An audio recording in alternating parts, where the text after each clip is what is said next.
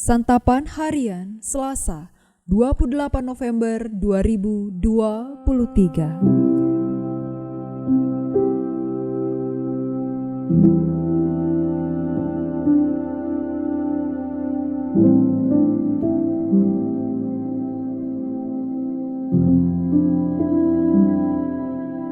Inilah program Santapan Harian, sebuah program yang mengajak Anda menelusuri isi Alkitab, agar Anda menemukan makna firman Tuhan sesuai dengan konteksnya.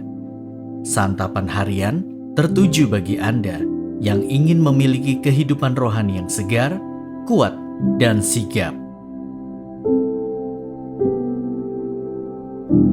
Hari ini kita akan membaca 2 Tawarik pasal yang ketiga, ayat yang pertama hingga ayatnya yang ke-14. Namun sebelumnya, mari kita berdoa. Singkapkanlah mata dan hati kami, agar kami senantiasa memandang dan taat pada kebenaran firman-Mu ya Allah. Di dalam Kristus Yesus kami bertelut.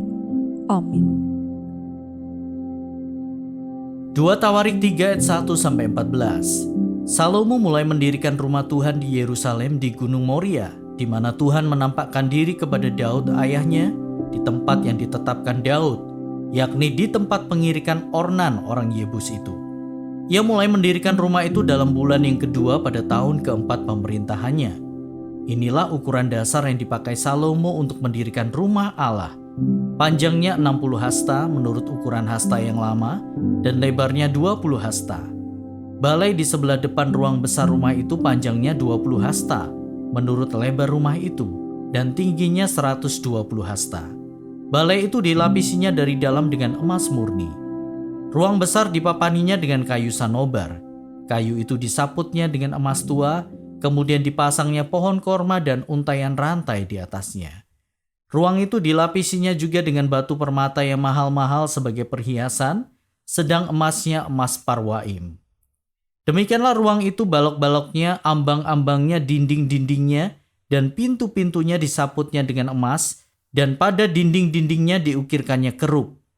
Kemudian ia membuat ruang maha kudus panjangnya 20 hasta menurut lebar rumah itu, dan lebarnya 20 hasta juga.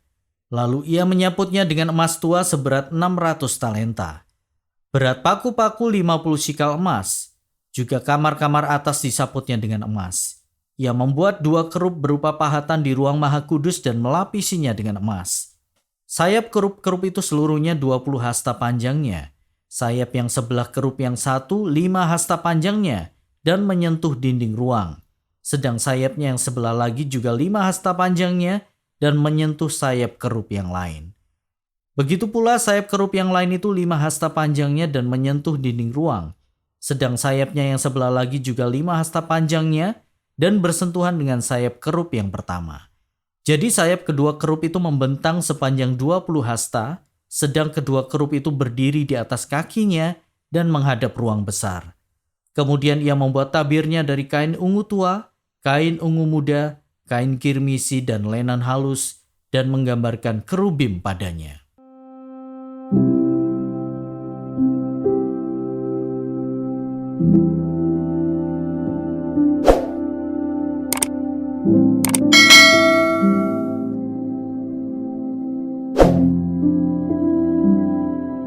Sahabat Santapan Harian, kehidupan adalah sebuah misteri. Jalinan peristiwa dapat terjadi begitu saja tanpa sempat kita terka sebelumnya. Kehidupan yang penuh misteri ini hanya dapat dilalui jika Allah berdiam dalam hidup kita, karena di dalam Tuhan ada damai sejahtera dan kekuatan untuk mengarungi kehidupan.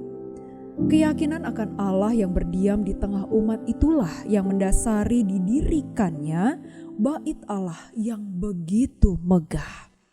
Dalam nas yang kita baca, penulis kitab Tawarik membuat kita memahami betapa megahnya bait Allah yang sedang dibangun oleh Raja Salomo. Penulis menggambarkan dengan sangat mendetail dari ukurannya, balok-balok yang disusun, emas dan permata yang menghiasi bagian dalam bait Allah, sampai 2 kerub yang ditempatkan di ruang maha kudus. Berbeda dengan kisah pembangunan Bait Allah di kitab Raja-Raja yang memuat pesan-pesan teologis, uraian di kitab Tawarik seolah-olah hanya memuat detail teknis. Namun, ada dugaan kuat bahwa bagian ini adalah pesan penulis untuk menyemangati bangsa Yehuda yang baru saja kembali dari pembuangan sebagai pembaca pertama kitab ini, juga sebagai upaya untuk mendukung restorasi Bait Allah.